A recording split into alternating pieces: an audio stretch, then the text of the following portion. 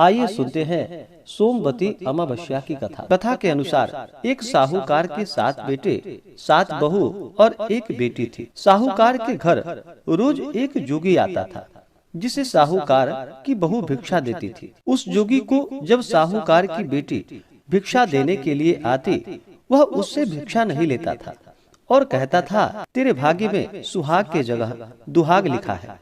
लड़की को उस जोगी की यह बात बहुत बुरी लगती और एक दिन वह अपनी माँ से रोते रोते जोगी की सारी बातें बताती है। और फिर सारी बातें सुनकर उसकी माँ कहती है कि कल जब जोगी आएगा तब मैं सुनती हूँ कि वह आखिर क्या कहता है। अगले दिन फिर से जोगी आता है तो साहूकार ने छिपकर बैठ जाती है और लड़की को भिक्षा देने के लिए भेजती है।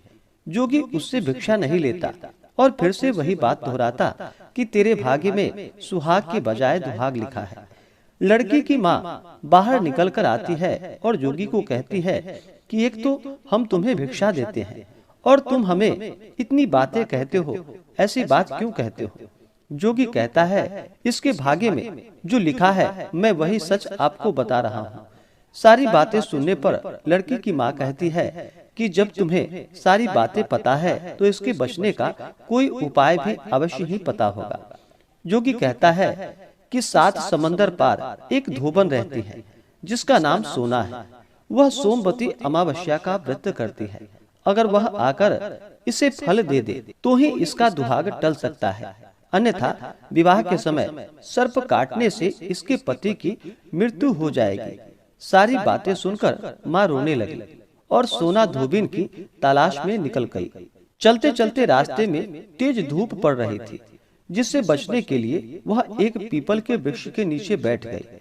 उसी वृक्ष पर एक गरुड़ के बच्चे अपने घोंसले में था और फिर एक सर्प आया और गरुड़ के बच्चे को खाने के लिए लपका। लेकिन साहूकारनी ने उस सांप को मारकर बच्चों की रक्षा की।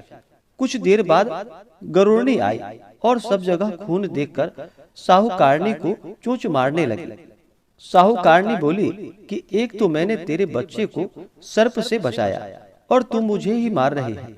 सारी बातें जानने पर गरुड़नी बोली कि तूने मेरे बच्चे की रक्षा की है, इसलिए मांग जो तुम चाहती हो। साहूकारनी गरुड़नी से कहती है कि मुझे 7 समंदर पार सोना धोबिन के यहाँ छोड़ दो, और गरुड़नी ने वैसा ही किया।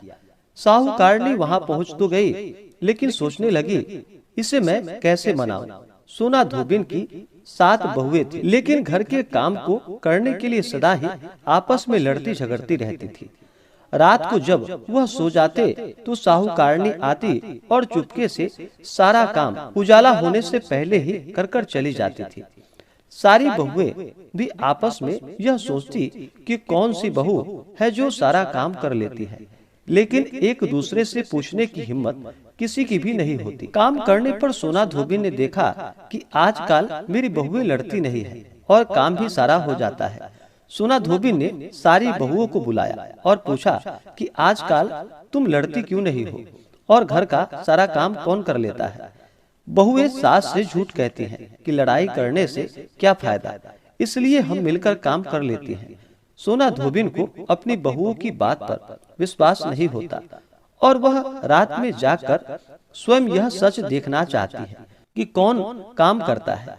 रात होने पर सोना धोबिन छिपकर बैठ जाती है, देखो कौन सी बहू काम करती है। रात हुई तो वह देखती है कि एक औरत चुपके से घर में घुसकर उसके घर का सारा काम कर दिया और जाने की तैयारी में ही लगी हुई थी।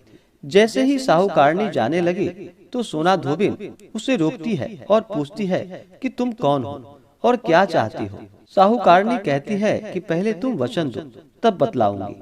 वह वचन दे देती है। तब साहूकारनी कहती है कि मेरी बेटी के भाग्य में दुहाग लिखा है, लेकिन तुम सोमवती अमावस्या का व्रत करती हो, मेरे साथ चलकर उसे सुहाग दे दो। सोना धोबिन वचन से बंधी थी तो वह साहूकारनी के साथ चलने को तैयार हो जाती है। जाते हुए सोना धोबिन अपने बेटे व बहुओं से कहती है कि मैं इस औरत के साथ इसके बेटी को सुहाग देने जा रहा हूँ, लेकिन अगर मेरे पीछे से तुम्हारे पिताजी मर जाएं तो उन्हें तेल के कूपे में डालकर रख देना। धोबिन साहूकारनी के घर पहुंच जाती है। साहूकारनी अपनी बेटी का विवाह करती है तो फेरों के समय सोना धोबिन कच्चा करवा, दूध तथा तार लेकर बैठ जाती है। कुछ समय बाद सर्प आया और दूल्हे को डसने लगा तो सोना धोबिन ने करवा आगे कर तार से सांप को बांध दिया और सर्प मर गया। तब सोना धोबिन ने लड़की को सुहाग दिया और कहा कि जितनी अमावस्याएं मैंने की हैं, उन सभी का फल साहूकारनी की इस लड़की को मिल जाए। अब आगे जो अमावस्याएं आएंगी मैं उसे करूंगी, उसका फल मेरे पति व मेरे बेटे को मिले। सभी लोग सोमवती अमावस्या की जय जयकार करने लगे। सोना धोबिन अपने घर वापस जाने को तैयार हुई तो साहूकारनी ने कहा कि तुमने मेरे जमाई को जीवन दान दिया है, इसलिए तुम जो चाहो मांग लो। सोना धोबिन बोली कि मुझे कुछ नहीं चाहिए और वह चली गई। रास्ते में चलते हुए फिर से सोमवती अमावस्या आ गई। उसने पीपल के पेड़ के नीचे बैठकर कहानी कही, व्रत रखा और पीपल पेड़ की 108 बार परिक्रमा की। पीपल के पेड़ की पूजा के बाद वह घर जाती है तो देखती है कि उसका पति मरा पड़ा है। अब रास्ते में जो सोमवती अमावस्या उसने की थी, उसका फल अपने पति को दे दिया, जिसके प्रभाव से वह पुनः जीवित हो गए। सब कहने लगे कि तूने ऐसा क्या किया जो तेरे पति जिंदा हो गए। वह कहती है कि मैंने तो कुछ ऐसा नहीं किया, बस रास्ते में सोमवती अमावस्या आ गई थी जिसका मैंने व्रत किया, कहानी कही और पीपल के वृक्ष की 108 बार परिक्रमा की। अब सारी नगरी में ढिंढोरा पिटवा दिया गया कि हर कोई सोमवती अमावस्या का व्रत करे, पूजा करे और व्रत रखकर कहानी कहे और सुने और पीपल के वृक्ष की 108 बार भवरी देकर परिक्रमा करे। हे सोमवती अमावस्या, जैसे आपने साहूकार की बेटी का सुहाग दिया, वैसे ही सबका देना। तो बोलिए प्रेम से भगवान भोलेनाथ की जय, माता पार्वती की जय, लक्ष्मी नारायण भगवान की जय। इसी प्रकार से जो भी सच्ची श्रद्धा के साथ, नियम और निष्ठा के साथ सोमवती अमावस्या का व्रत करते हैं, कथा श्रवण करते हैं, पीपल वृक्ष का पूजन करते हैं, उनके सौभाग्य में वृद्धि होती है तथा सुख समृद्धि की प्राप्ति होती है।